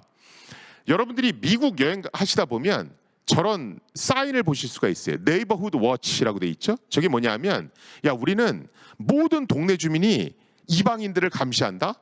그래서 이상한 짓 하면 바로 경찰에 신고하니까 너 행동거지 조심해. 그 표시입니다. 자, 제가 예를 들어 지금 클래스를 운영 중인데 제가 한 15분 정도 자리를 비워요. 그래서 자, 과 대표 앞에 나와서 떠든 사람 이름 적으십시오. 이게 중앙 집중형 통제 방식입니다. 그런데 만약에 그렇게 안 하고요. 여러분들한테 자, 종이를 다 꺼내십시오. 그래서 제가 15분 정도 자리를 비울 텐데 그 종이에다가 떠든 사람 이름을 다 적은 다음에 15분 후에 다 저한테 주십시오. 여러분들 개개인이 반장의 역할을 하는 겁니다. 이게 탈중앙형 관리 방식입니다. 블록체인이 이런 탈중앙형 관리 방식하고 똑같아요. 아까는 은행이 어떻게 됐습니까? 은행이 어떤 일련 번호의 코인이 사용됐는지를 은행이 데이터베이스에 기록했죠. 그렇죠? 그런데 비트코인은 어떻게 하냐면 여러분들이 비트코인 프로그램을 내려받아서 여러분들 컴퓨터에 설치하면 여러분들 컴퓨터에 장부를 기록하는 프로그램이 다 설치됩니다. 그래서 얘는 인터넷을 계속 들여다보면서 자동으로 몇 번 코인이 사용됐는지 일련 번호를 파일에다 기록해서 여러분들 각각의 컴퓨터 하드디스크에 저장합니다. 그래서 우리가 블록체인을 분산 장부다 이렇게 얘기하는 거예요. 옛날에는 은행의 중앙 서버에 장부가 있었고 그 장부를 운영하는 대가로 은행이 수수료를 챙겨갔는데 지금은 모든 이용자들 컴퓨터에 있는 장부 관리 프로그램이 그 사용된 코인의 일련 번호 목록을 다 적더라. 그래서 모든 컴퓨터의 장부가 분산돼 있다. 왜 해킹이 안전하다고 얘기합니까? 저 일련 번호를 기록한 저 파일 리스트가 모든 이용자들 컴퓨터에 있죠. 만약에 저 이용자 중에서 한 명의 PC에 해커가 들어서 저 리스트를 지워버렸어요. 그럼 어떻게 하면 됩니까? 옆 사람한테 가서 복사해 오면 되죠. 그렇죠? 그래서 해킹에 의한 데이터 삭제 위변조에 강하다 이렇게 얘기를 하는 겁니다. 자, 블록체인 저는 지금 여러분들한테 말씀드린 건 아주 간단하게 말씀드린 거고요. 실제로는 어떻게 돌아가느냐? 자, 지금 3명의 사용자가 있습니다. 이 3명은 비트코인 프로그램을 설치했고 이 3명의 컴퓨터에는 장부를 작성하는 감시 프로그램이 설치되어 있습니다. 얘가 인터넷을 24시간 365일 들여다보면서 계속해서 사용된 코인의 일련 번호를 기록합니다. 자, 그런데 여러 명이 장부를 작성하다 보면 저렇게 데이터가 불일치하는 현상이 생깁니다. 왜 그러냐면 어떤 사람은 열심히 일련 번호를 적어요. 근데 어떤 사람은 대충 적고 잡니다. 또 어떤 사람은 담합하는 사람이 있어요. 야, 내가 네 이름 빼줄 테니까 너도 내 이름 빼줘 뭐 이런 거. 그래서 명단은 저렇게 불일치하게 됩니다. 저걸 조금 유식한 용어로 비잔틴 오류 이렇게 얘기합니다. 분산되어 있는 컴퓨터 시스템의 데이터들이 해킹이든 실수건 고의건 간에 데이터가 서로 불일치하는 현상. 그래서 중앙 집중형으로 관리하던 데이터를 여럿이 분산 관리하면 데이터는 반드시 불일치하는 현상이 생깁니다. 자, 저렇게 불일치됐을 때 어떻게 해야 됩니까? 그렇죠. 일치시켜야죠. 뭘 통해서 일치시켜야 될까요? 아, 그렇죠. 업데이트를 통해서 일치시켜야 되는데 바로 그 전에 뭘 해야 될까요? 투표를 해야죠. 그렇죠? 다수결 원리에 따라서 투표를 합니다. 그러면 어떤 게 옳은 겁니까? 1, 2, 3, 4, 1, 4, 2, 3, 1, 4, 7, 7이 옳은 거죠. 그래서 맨 오른쪽에 있는 이용자의 컴퓨터가 자기 데이터를 1, 2, 3, 4, 1, 4, 2, 3, 1, 4, 7, 7로 바꿉니다. 블록체인에는요, 그 안에 인터넷 투표 기능이 내장되어 있습니다. 그래서 데이터가 불일치하면 자동으로 이 인터넷 투표 기능이 작동합니다. 사실은 블록체인의 최고 강점이 이 인터넷 투표 기능입니다. 그래서 사실은 블록체인의 본질은 뭐냐면 모든 이용자들이 서비스 운영에 참여하고 만약에 의견이 불일치할 때는 인터넷 투표 기능을 통해서 합의에 도달한다. 모든 정보는 똑같이 하드디스크에 공개되기 때문에 정보의 투명성이 보장된다. 그리고 열심히 하는 사람들한테는 인센티브를 부여한다. 이걸 우리가 채굴 이렇게 얘기합니다. 사실은 이게 어떤 성질하고 비슷합니까? 협동조합하고 굉장히 비슷하죠. 그래서 사실은 비트코인이라는 건 뭐냐면 중앙 집중형 전자화폐를 협동조합 모델로 바꿔놓은 전자화폐입니다. 그래서 외국에는 이런 말이 있습니다. 블록체인이 협동조합 경제를 가속화시킬 거다. 우리가 2세대 암호화폐라고 하는 이더리움이 있습니다. 이더리움을 만든 사람은 비탈릭 부테린이라는 사람입니다. 이 사람은 어떤 얘기를 했냐 하면 대부분의 IT 기술은 말단 노동자의 일거리를 뺏어간다. 예를 들어 자율주행차, 택시 기사 아저씨들의 일자리를 뺏어가잖아요. 그렇죠? 하지만 블록체인은 중간 관리자의 일자리를 뺏어간다. 왜냐하면 투표 기능을 통해서 모든 사람들이 조합원의 형태로 운영에 참여할 수 있기 때문에 중간 관리자가 필요 없죠. 우리가 왜 국회의원을 둡니까? 모든 사안에 대해서 국민 투표에 붙일 수가 없죠. 비용이 너무 많이 드니까. 그렇죠? 그런데 만약에 인터넷 투표가 완성됐습니다. 그러면 모든 안건에 대해서 국회의원으로 하여금 대리 투표시키는 것이 아니라 전부 다 국민 투표에 붙일 수 있습니다. 즉 국회의원이라는 중간 관리자를 둘 필요가 없죠. 그래서 영국 이코노미스트지는 블록체인은 트러스트 머신이다. 이렇게도 얘기합니다. 즉 중간 관리자를 없앤다는 얘기입니다. 사실은 이 블록체인은 빠른 속도로 굉장히 다양한 응용 분야에 접목되고 있습니다. 처음에는 화폐 시스템에 접목됐습니다. 중앙 집중형 전자화폐를 협동조합 모델로 만들었죠. 이게 비트코인입니다. 그 다음에는 금융 서비스 전반으로 확대되기 시작합니다. 야, 왜 은행이 금리를 은행 혼자 정해야 되지? 야, 왜 내 신용 정보를 나도 잘 모르는데 은행 마음대로 정하는 거야? 뭐 이런 거. 야, 금융 상품을 집단 지성을 이용해서 같이 디자인하면 안 될까? 그리고 거기서 얻어지는 이익을 이자로 우리한테 좀 더 많이 나눠주면 안 돼? 뭐 이런 거. 그래서 기존의 금융 상품을 협동조합 모델로 바꾸자. 이게 바로 DeFi입니다. Decentralized Finance. 탈중앙화된 금융 서비스. 요새 인터넷 플랫폼 기업의 독과점 문제가 심각하죠. 그래서 인터넷 플랫폼 기업 모델을 중앙 집중형에서 협동조합형 모델로 바꾸겠다. 이게 바로 DAO입니다. Decentralized Autonomous Organization. 이게 3차 혁명까지 진행이 되면 국가가 하던 신원증명업 이런 데까지도 확대가 됩니다. 그런데 오늘은 이 얘기를 다 드릴 수는 없고요. 요새 제일 핫하다는 저 NFT만 예제로 드릴게요. 저게 웹3하고 밀접하게 관련이 있어서 그렇습니다. 자, 왼쪽. 저 사람이 잭 도시입니다. 트위터 만든 사람. 트위터를 만들고 첫 번째 날린 트윗 메시지가 Just selling on my Twitter입니다.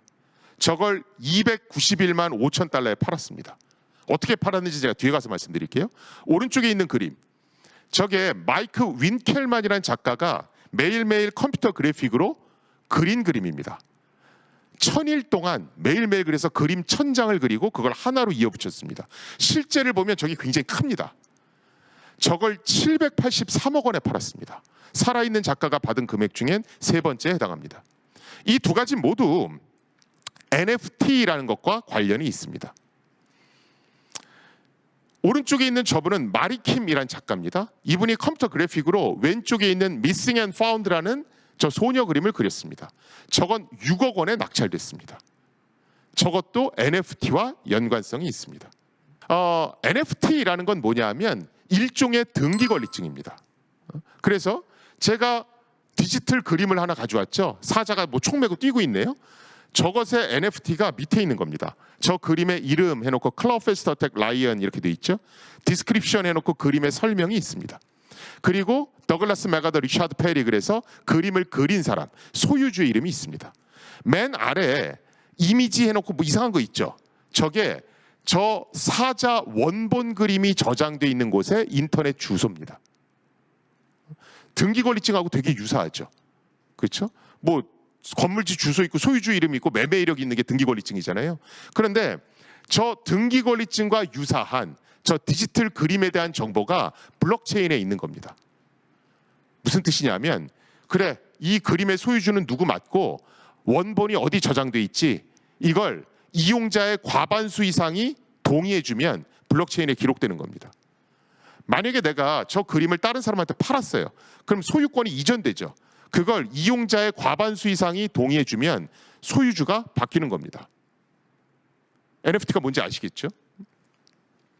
자, 저 NFT가 어떤 특징을 갖고 있냐면 옛날에 디지털 그림은 그래 저거 멋있네 이렇게 사람들이 생각은 해도 수집의 대상은 아니었습니다. 왜냐하면 복사하기가 쉬우니까. 그런데 블록체인에 NFT가 있는데 그 NFT의 소유주 정보는 과반수 이상이 동의해주지 않으면 절대로 바뀌지 않습니다. 자, 저런 게 생기다 보니까 복제가 일어난다 하더라도 원본과 복사본을 구별 가능하게 해줍니다. 물론 원본을 잘 보관한다는 전제하에. 그래서 저 NFT라는 게 딱 생기고 나서 디지털 그림은 소유하고 싶은 욕구는 불러일으키지를 않았는데 원본과 복사본을 구별 가능하게 만들면서 소유욕을 불러일으키기 시작합니다. 여기에 제일 먼저 눈뜬 사람들이 트위터, 카카오, 라인 이런 회사들입니다. 자, 여기 지금 제가 트위터 계정 하나 가져왔어요. 여러분들 트위터 계정하고 뭐가 하나 다릅니다. 뭐가 다릅니까? 프로필 사진 있는 부분이 육각형이죠. 저걸 클릭하면 가운데 그림이 나옵니다. 저 그림의 이름은 크립토펑크 넘버 5750번. NFT 세부 정보 보기가 있죠. 저걸 클릭하면 누가 그렸고 소유주는 누구다. 저걸 원래는 블록체인 가서 확인해야 되는데 저걸 자동으로 보여주는 서비스를 출시했습니다. 자, 저도 딸 아이가 있지만 음식 나왔는데 포크로 쿡 찍으면 혼나거든요. 사진 찍을 때까지 기다려줘야 됩니다. 요새 사진 찍어서 막 자랑하는 게 대세인데 저런 서비스가 개시되면 짝퉁 사진을 걸고 싶겠습니까? 진본 사진을 걸고 싶겠습니까? 저런 시장이 열릴 거라고 보는 겁니다. 저기에 발빠르게 움직인 게 나이키입니다. 뭐 이상민 씨를 비롯해서 뭐 MZ세대 중에도 명품 운동화 모으는 사람 많죠. 그렇죠. 한 300만 원 뭐 이렇게 하죠. 리세일 시장에 가면 1000만 원까지 가고. 명품 운동화 신고 다니는 사람 보신 적 있어요? 없습니다. 그냥 박스 안에 넣어서 집에 갖다 놓죠. 신고 사진 찍고 SNS에 올린 다음에 다시 넣습니다. 뭐 제 사촌 동생도 그러고 있습니다. 나이키가 아트팩트라는 회사를 인수해서 저런 운동화를 만들었습니다. 저건 가죽으로 만들어진 운동화는 아니고요. 컴퓨터 그래픽으로 그린 운동화입니다. 저기에 NFT를 붙여서 짝퉁이 만들어지는 걸 방지합니다. 자, 저걸로 어떻게 장사를 하느냐? 앱을 설치한 다음에 내 발을 보면 저 운동화가 착용돼 있습니다. 어차피 나는 사진 찍는 게 목적이거든요. 저게 동영상도 찍을 수 있습니다.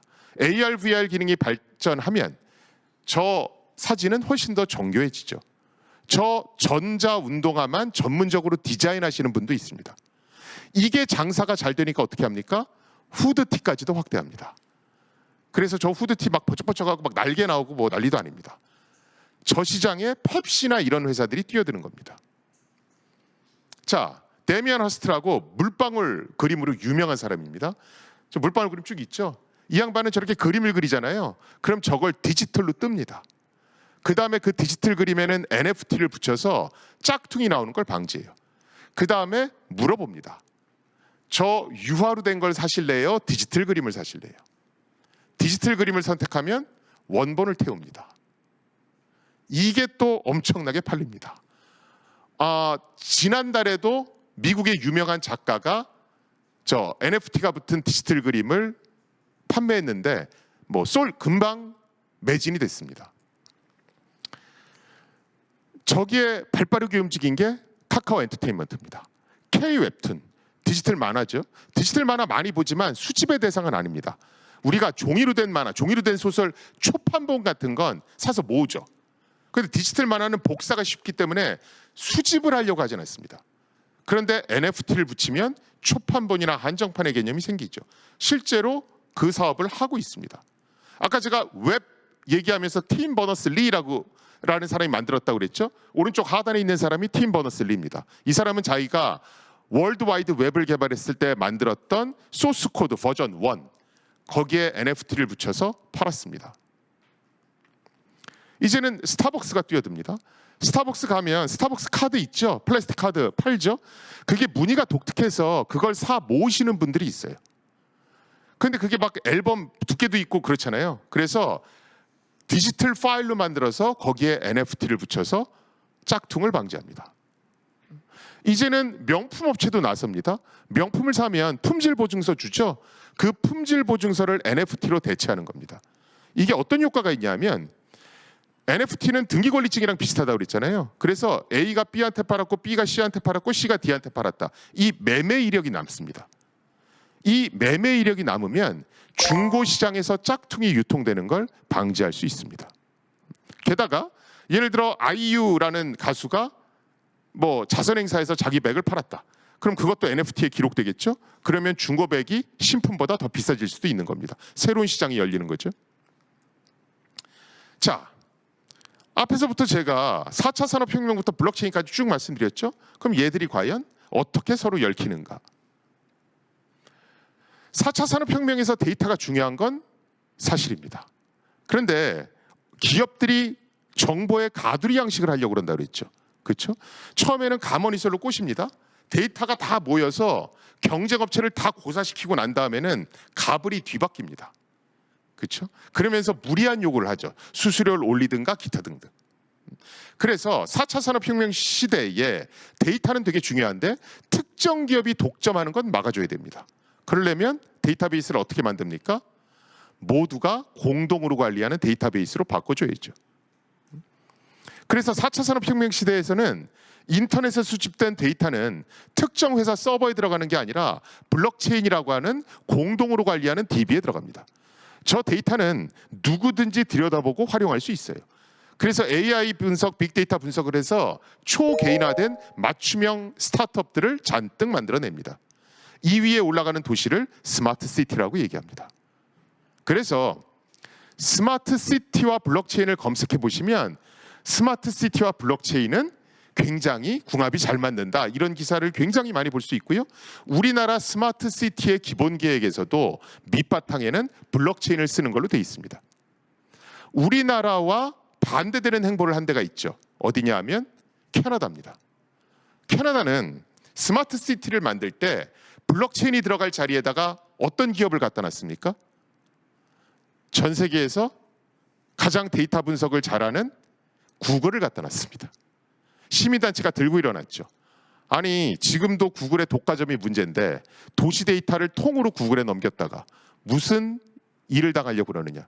소송을 걸었고 구글은 캐나다의 스마트 시티 프로젝트에서 손을 뗐습니다. 인공지능. 아까 생성형 AI 말씀드렸죠. 생성형 AI에서 굉장히 중요한 건 뭡니까? 데이터죠. 그렇죠? 그런데 지금 플랫폼 기업의 독과점과 AI의 독과점은 차원이 완전히 다릅니다. 그래서 많은 사람들은 AI 플랫폼 독점에서 벗어나야 된다.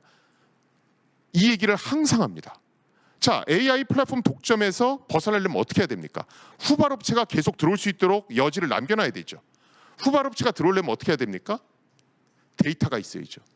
그래서 우리 정부에서 초청했던 카네기 멜론 대학의 톰 미셸 교수는 AI가 쓰는 학습 데이터를 특정 기업이 독점하게 두면 안 된다. 이렇게도 얘기했습니다. 이미 미국과 유럽에는 AI가 쓰는 학습 데이터를 블록체인에 올려서 공동으로 쓸 수 있도록 하는 기업이 이미 생겨났습니다. 학습 데이터를 제공해주면 전자화폐로 보상을 해줍니다. 아까 제가 웹3 말씀드렸죠? 자, 웹3는 개인의 권리를 보장해 주는 거죠. 크리에이터의 권리를 보장해 주는 겁니다. 그럼 뭐가 돼야 됩니까? 일단 내가 어떤 디지털 컨텐츠를 만들었을 때 이 컨텐츠는 김승주가 만든 거야. 꼬리표를 확실히 붙여야죠. 소유주의 꼬리표를 붙여주는 기술이 뭡니까? NFT죠. 그 다음에 제가 단순히 이익을 나눠주는 게 아니라 거버넌스 문제를 해결해야 된다고 그랬죠. 규칙을 같이 만들어야지 웹3입니다. 이렇게 말씀드렸죠. 그렇죠? 규칙을 같이 만든다. 그건 뭡니까? 합의에 도달해야 된다는 얘기고, 그 얘기는 투표 시스템이 필요한 거죠. 블록체인에 내장되어 있는 핵심 기술이 뭡니까? 인터넷 투표죠. 그래서 거버넌스 문제를 해결하는데 블록체인이 쓰입니다. 그 다음에 당연히 수익도 나눠줘야 되죠. 그런데 인터넷은 국경이 없습니다. 그래서 어떤 커뮤니티에서 쓰는 어떤 소셜 화폐 같은 게 필요해요. 암호화폐가 그것을 대신할 수 있습니다. 그 다음에 결정적으로 중요한 것은 교수님들 중에도 나 은퇴하면 유튜버가 돼볼까? 이런 얘기 하시는 분들 많이 계세요. 근데 바로 그 얘기 끝난 다음에 무슨 얘기 하시냐면, 그럼 동영상 편집하는 거 배워야 되나? 이 얘기를 하십니다. 그거 언제 배우지? 뭐 이런 거. 그 부분을 뭐가 해결해 줍니까? 생성형 AI가 해결해 주죠. 왜? 생산성을 높여주니까. 그래서 사실은 웹3라고 하는 건 아까 말씀드렸듯이 거버넌스의 혁명이고요. 외국에서는 그걸 잘 알고 있습니다. 웹3와 블록체인은 전부 다 ESG 이슈랑 연관돼서 얘네들은 전부 다 상호작용한다. 맨 처음 보여드렸던 그림이죠. 그렇죠? 4차 산업혁명, 초개인화 서비스를 제공하는 것, 그게 목표입니다. 생성형 AI, 개인의 생산성을 증대하죠. 웹3의 목표, 개인의 권리를 강화시켜주는 겁니다. 스마트 모빌리티 혁명도 중심에 개인이 있습니다. 자, 여기서 개인의 권리를 보장해 주려면 정보의 독점 문제와 거버넌스 문제가 해결돼야 됩니다. 그걸 지원해 주는 게 블록체인입니다. 근데 사실은 정보의 독점 문제보다도 거버넌스 문제를 해결하는 게 무엇보다 중요합니다. 앞으로 미래는 분명히 바뀔 겁니다. 지금 우리가 보면 중앙 집중형, 그 다음에 일반적으로 돈을 많이 버는 걸 추구하는 기업, 그 다음에 팔아서 수익을 많이 챙기는 상업용 소프트웨어, 이런 용어는 많이 들으시죠. 그렇죠? 그런데 이 대척점에 어떤 용어가 있냐 하면 탈중앙화, 협동조합, 오픈소스, 이런 게 있습니다. 여러분들이 협동조합이나 오픈소스 보시면서 이건 너무 효율성이 좋아, 이건 진짜 떼돈 벌겠는데, 이렇게 생각은 안 하시죠. 오픈소스나 협동조합은 다른 가치가 있는 거거든요. 그렇죠? 그래서 사실은 앞으로 다가올 웹3라든가 블록체인이라든가 이런 것들은 왼쪽이 아니라 오른쪽, 협동조합이라든가 오픈소스의 철학과 굉장히 유사한 게 있습니다. 그 철학은 뭐냐 하면 집단지성을 이용해서 혁신을 고속화시키겠다. 많은 사람들이 블록체인 강연하고 이러면 제일 많이 하는 얘기가 이런 겁니다. 그럼 지금 있는 기업들이 다 바뀌나요? 지금 화폐가 다 전자화폐로 바뀌나요? 이런 거. 그런데 우리가 산업금을 채우는 택시도 있는데 협동조합 모델인 쿱택시도 있죠. 그렇죠? 여러분들이 돈을 내고 쓰는 마이크로소프트 윈도우즈나 맥OS도 있지만 공짜로 쓰는 안드로이드 운영체제도 있죠. 그렇죠? 얘네들은 가치관이 다른 겁니다. 그렇죠? 그런데 앞으로는 돈을 벌고 효율성을 추구하는 그런 것보다는 공동의 이익을 실현하고 집단지성을 이용해서 혁신을 가속화시키는 그런 쪽으로 바뀔 확률이 굉장히 높습니다. 바로 그러한 이유로 트위터를 만든 잭 도시는 트위터 팔고 블루스카이라는 회사를 만들었죠. 블루스카이는 오픈소스고 탈중앙화된 방식으로 운영됩니다. 벌써 실리콘밸리에는 이런 움직임들이 감지되고 있습니다. 물론 블록체인 기술이 쓰일지 안 쓰일지는 모르겠습니다. 하지만 집단지성을 활용하고 개인의 목소리를 조금 더 많이 듣고 그래서 혁신을 고속화시킨다. 이 트렌드는 아마 바뀌지 않을 겁니다. 그래서 여러분들은 그럼 뭘 키워야 됩니까? 협업하는 방법, 협동조합의 가치를 실현하는 방법, 오픈소스 커뮤니티라는 게 어떤 식으로 동작하는지 그런 것들을 익히셔야 되겠죠. 사실은 쉽지 않습니다. 제가 오픈소스 커뮤니티의 동작법을 익히셔야 됩니다. 우리나라 정부가 그걸 정착시키기 위해서 그렇게 노력했는데도 안 되고 있습니다. 근데 여러분들이 그 철학을 몸으로 느끼기만 하신다라면 앞으로 다가올 인터넷의 미래에 조금 더 내가 가까워지고 있구나. 내가 저 협업을 통한 혁신의 장렬한 철학을 잘 따라가고 있구나. 이렇게 판단하셔도 좋을 것 같습니다. 예, 들어주셔서 감사하고요. 이걸로 오늘 강연을 마치겠습니다.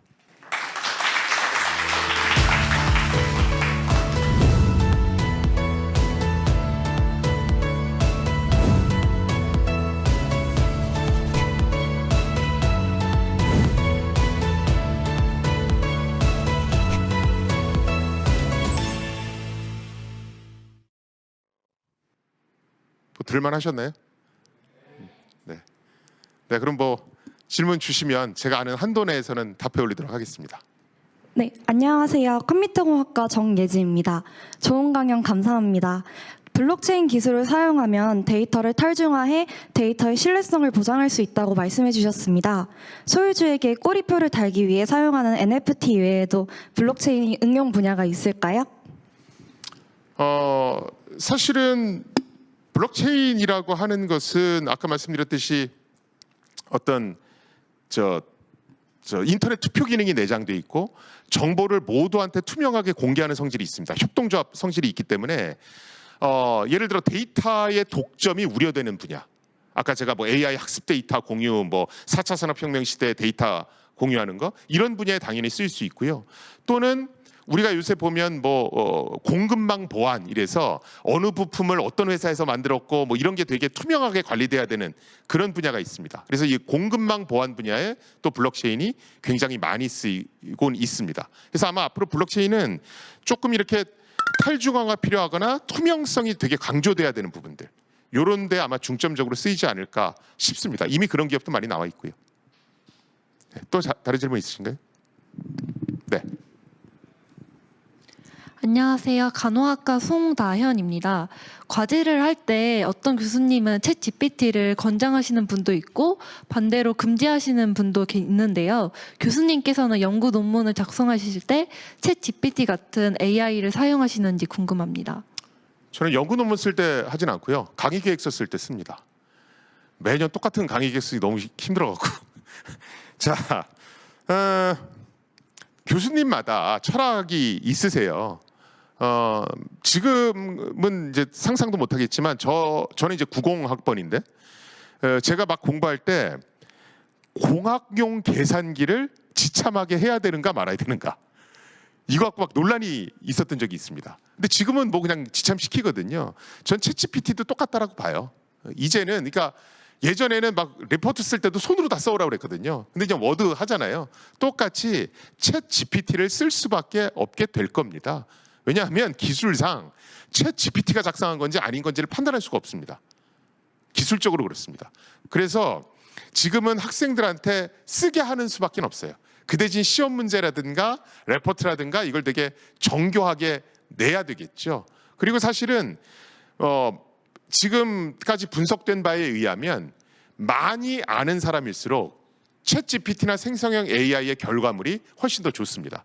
그러니까 포토샵에 대해서 잘 아는 사람과 모르는 사람이 똑같이 생성형 AI를 가지고 그림을 그렸을 때 포토샵을 잘하는 사람의 품질이 훨씬 더 좋습니다. 그래서 그냥 나는 이제 이런 거 공부할 필요가 없어 이런 게 아니고 내가 많이 알수록 생성형 AI를 이용하면 생산성이 더 올라간다. 이렇게 보시는 게 더 맞을 것 같아요. 그래서 저는 학생들한테도 뭐 쓰라고 그럽니다. 왜? 어차피 본인이 많이 알아야 더 좋은 결과물이 나오니까. 그러니까 여러분들 그렇게 그냥 공부하시면 될 것 같습니다. 네, 또 다른 질문 있으신가요? 네. 안녕하세요. 미디어 커뮤니케이션학과 이준선이라고 합니다. 오늘 강연에서 말씀해주신 것처럼 우리는 점점 웹 3.0 시대에서 살게 될 텐데 콘텐츠 크리에이터에게 그만큼 좋은 시대가 열릴 거고, 그리고 그런 시대에 우리 대한민국이 콘텐츠 시장에서 엄청난 강점을 보이고 있다고 생각을 합니다. 하지만 이런 콘텐츠를 기획하는 사람과 달리 콘텐츠를 배급하는 거는 넷플릭스가 주도권을 쥐고 있는데, 이제 오늘 강의에서 말씀해 주신 것처럼 오픈AI나 이 오픈AI 서비스를 인수해서 이제 기업 혁신을 이끈 마이크로소프트처럼 우리나라 OTT 기업도 이제 AI와 블록체인 기술을 활용하면은 넷플릭스를 넘어서 세상의 OTT 시장을 선도하는 기업으로서 혁신을 할 수 있을 거라고 생각을 합니다. 그래서 이런 점을 근거로 이제 국내 OTT 기업이 구사할 수 있는 전략은 무엇이 있을지 여쭤보고 싶습니다. 네, 좋은 질문 주셨고요. 이런 게 있죠. 그러니까 뭐 암호화폐, 전자화폐가 탈중앙화되면 뭐 합니까? 거래소가 다 중앙 집중화돼 있는데 뭐 이런 얘기들 되게 많이 하시거든요. OTT도 결국은 거기에 컨텐츠가 다 모여 있는 거고, 누가 어떤 컨텐츠 보는지 뭐 이런 것들은 다 중앙에서 관리되니까 정보가 거기서 집중화되겠죠. 근데 수수료도 다 자기 마음대로 결정을 하고 여러 가지 OTT의 폐단들이 있습니다. 그래서 외국에는 이미 이 OTT 서비스를 협동조합 모델로 좀 바꿀 수는 없을까? 탈중앙화된 모델로 바꿀 수 없을까? 이런 건 이미 나와 있습니다. 그런 회사도 이미 존재하고 있다고 보시면 돼요. 물론 협동조합으로 만든 게 반드시 성공한다 이런 건 아니겠죠. 그런데 아무튼 그런 시도는 벌어지고 있다 이렇게 보시면 될 것 같고요. 저는 어떤 블록체인을 이용해서 국내 OTT 기업들이 어떤 것들을 좀 고민해 보는 것들은 나쁘지 않을 거라 봐요. 뭐 예를 들면 넷플릭스하고 뭐 디즈니 플러스나 뭐 이런 데들이 뭐 수수료나 이런 정책을 하는 데 있어서 다 자기들 마음대로 하더라. 그런데 예를 들어 컨텐츠를 어떻게 누가 시청하고 이런 패턴을 블록체인을 이용해서 투명하게 공개하고, 그 다음에 이런 투명하게 공개된 데이터에서 여러 이용자들의 의견을 골고루 들어서 합의에 의해서 뭐 수수료를 결정한다든가 뭐 이런 식으로 좀 색다른 형태의 OTT 서비스를 만들 수는 있을 거라 보여집니다. 아까 말씀드렸듯이 외국에는 이미 그런 게 있고, 근데 문제는 뭐냐면 기존의 중앙 집중형으로 동작하던 OTT가 갑자기 협동조합 모델로 바꾸기는 쉽진 않아요. 생리가 그렇습니다. 예를 들어서 삼성 SDS, LG CNS 보고 이제부터는 오픈소스 기업이 되셔야 됩니다. 그럼 그게 다가오지가 않잖아요. 그렇죠? 상업용 소프트웨어 만들던 기업한테 갑자기 그렇게 넘어가라 그러면 문화적 충격이 있거든요. 그래서 기존 기업이 바뀐다는 것보다는 새로운 철학으로 무장해서 어떤 새로운 OTT 서비스를 만들어내는 그런 어떤 스타트업들이 생기는 게 조금 더 좀 가능성이 높지 않나 이렇게 생각합니다. 우리 좋은 강연해 주신 김승주 교수님께 다시 한번 박수 부탁드리고요. 네. 또 우리 서포터즈 학생들 질문에도 아주 명쾌하게 대답을 잘 이렇게 해주셨습니다. 이렇게 강연 듣고 또 답변 주시는 거 보니까 앞으로의 세상이 정말 어떻게 변할지 뭐 저도 예측이 참 되지 않는데요. 오늘 온라인에서도 질문이 많이 올라왔는데 그 중에서 이제 2개만 네. 저희가 선택해서 교수님께 질문을 드리겠습니다. 첫 번째 질문 조상범 학생이 보낸 질문입니다. 좀 기네요. 한번 읽어보겠습니다. 초개인화로 자신에게 맞는 비슷한 상품과 정보를 쉽고 빠르게 접근할 수 있는 부분은 이점이지만 반대로 알고리즘으로 인해 개인이 제한되고 원하는 정보만 선택적으로 접하게 돼서 오히려 잘못된 생각이 굳어지거나 편협한 시각을 가질 수도 있다는 점이 단점으로 나타나고 있는데 이에 대한 교수님의 생각을 여쭙고 싶습니다. 사실은 저 문제는 계속 이슈가 되고 있는 사안입니다. 지금 뭐 정부에서도 아주 심각하게 생각을 하고요. 뭐냐면 OTT 서비스든 뭐 기존의 뭐 유튜브 뭐 이런 것들 보시면 내가 본 것만 계속 나오잖아요. 그렇죠? 그러다 보니까 극단적으로 계속해서 치우칩니다. 내가 보던 것만 계속 나오니까 내 사고는 그쪽으로 치우치는 거예요. 그러다 보니까 이제 사회적으로 이분화시키고 어떤 사회적으로 자꾸 이렇게 다툼을 초래하거든요. 그래서 이 문제는 사실은 좀 신속히 해결해야 된다 이런 얘기들이 많이 나오고 있고요. 사실 이걸 해결하기 위해서 많이 거론되는 게 그럼 도대체 알고리즘이 어떻게 동작한다, 데이터들은 어떻게 사용됐다 이런 것들을 가급적 투명하게 공개합시다. 이런 얘기들이 나오고 있고요. 사실은 그런 면에 있어서 아까 제가 블록체인으로 학습 데이터 관리한다고 그랬죠. 그 블록체인이 효과적으로 사용될 수도 있을 거라고 저는 보여집니다. 최근 보도에도 보면 그 알고리즘 그 공개 문제 이런 네, 것들이 맞습니다. 많이 이슈가 네. 되는 걸로 봤습니다. 네, 좋은 질문 감사드리고요. 두 번째 질문입니다. 탈중앙 전자화폐, 아까 블록체인 말씀해 주셨는데 탈중앙화 전자화폐는 누구나 화폐를 발행할 수 있다는 말씀 같은데 그렇다면 화폐 통화량과 화폐 가치 조절은 어떤 식으로 이루어지는지 궁금합니다. 저도 이게 궁금하더라고요. 예. 일단 탈중앙화 전자화폐는 누구나 발행할 수 있습니다. 사실은 뭐 그건 탈중앙화뿐만이 아니고요. 화폐는 뭐 누구나 발행할 수 있죠. 그런데 우리 가족만 쓰느냐, 나 혼자 쓰느냐, 좀 많이 쓰느냐, 뭐 그 차이입니다. 예를 들어 우리 가족에서 쿠폰 자 우리 집은 이게 돈이야. 그래서 쓰면 얼마든 화폐로 쓸 수 있잖아요. 그렇죠? 문제는 이제 그 규모가 얼만큼 매스가 되느냐, 뭐 이런 거겠죠. 지금 보면 이제 비트코인이나 이더리움 이런 게 이제 어느 정도 규모를 갖고 있다라고 보는 거고요. 이제 국가가 나서기 시작하면 이제 훨씬 더 규모는 커질 수 있고요. 자, 그런데 이제 문제는 화폐 지금 잘 보시면 가격이 뭐 올라갔다 내려갔다 정신 없잖아요. 또 이제 투기 세력도 막 들어가고 해서 그래서 지금은 법적 안전 장치들이 많이 마련되고 있습니다. 그게 이제 소위 말하는 스테이블 코인이죠. 그래서 화폐를 찍어낼 때 그냥 찍어내지 말고 전자화폐 찍어낼 때 해당하는 담보물을 은행에 맡기라는 겁니다. 그리고 정부는 그 개수만큼 찍어낸 개수만큼 담보물이 맡겨져 있는지를 확인하겠다, 투명하게. 이런 이제 스테이블 코인 쪽이 연구되고 있는 게 하나 있고요. 그다음에 화폐 통화량과 화폐 가치 조절 말씀을 하셨는데 화폐 통화량은 사실은 탈중앙형 전자화폐에서 화폐 통화량을 결정하는 건 기존 방식하고는 좀 다릅니다. 탈중앙형 전자화폐를 만드는 사람들은 왜 국가가 통화량을 함부로 건드리냐고 생각하는 거예요. 왜 저걸 집단 지성을 활용하면 안 되지? 라고 이의를 제기하는 겁니다. 그래서 탈중앙형 전자화폐에서 전체 통화량을 관리하는 방법은 조금 다르다. 단독으로 결정하는 게 아니라 집단 지성을 활용해서 의견을 구해서 합의에 도달하는 통화량을 선택한다. 이렇게 보시면 될 것 같고요. 화폐 가치는 아까 말씀드렸듯이 그런 식으로 통화량을 조절하고 담보물을 투명하게 관리했을 때 그걸 믿어주는 사람이 많으면 많을수록 그 화폐의 가치는 글로벌하게 유지되는 거겠죠. 그렇게 보시면 될 것 같습니다.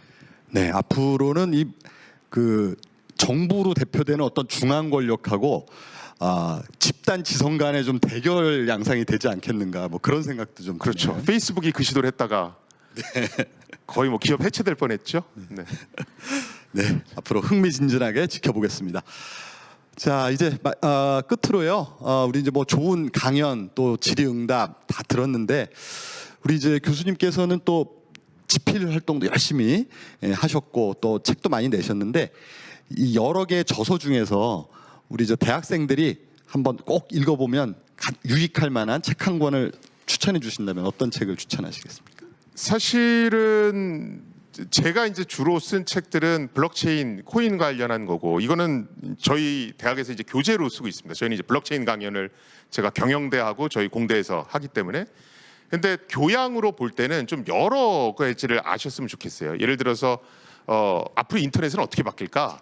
그다음에 뭐 로봇 뭐 이런 것들은 다 어떻게 바뀔까? 그래서 제가 교양서로 쓴 게 사실은 뭐 세븐테크, 그다음에 뭐 웹3 뭐 이런 책들이 있습니다. 근데 오늘은 이제 주로 웹3 얘기를 했으니까 이제 웹3 넥스트 이코노미 이 책은 전체 기획은 저하고 김미경 선생님이 같이 했지만 여러 이제 관련 분야 전문가들이 한 챕터씩 맞춰서 쓰신 거예요. 그래서 뭐 메타버스부터 시작해서 여러 가지 얘기들이 있습니다. 그래서 저걸 보시면 인터넷의 미래가 어떻게 바뀌겠구나. 이걸 조금 여러 화자의 목소리로 보실 수 있지 않을까 이렇게 생각합니다. 네, 감사합니다. 우리 학생들 꼭 한번 읽어보기를 추천합니다. 자, 오늘 그러면 이제 교수님 보내드려야 될 시간이 된 것 같습니다. 교수님 오늘 바쁘신데 나와주셔서 감사드리고요. 앞으로 우리 또 열심히 공부하고 또 교수님과 소통하는 그런 시간 갖도록 하겠습니다. 감사합니다. 네, 고맙습니다.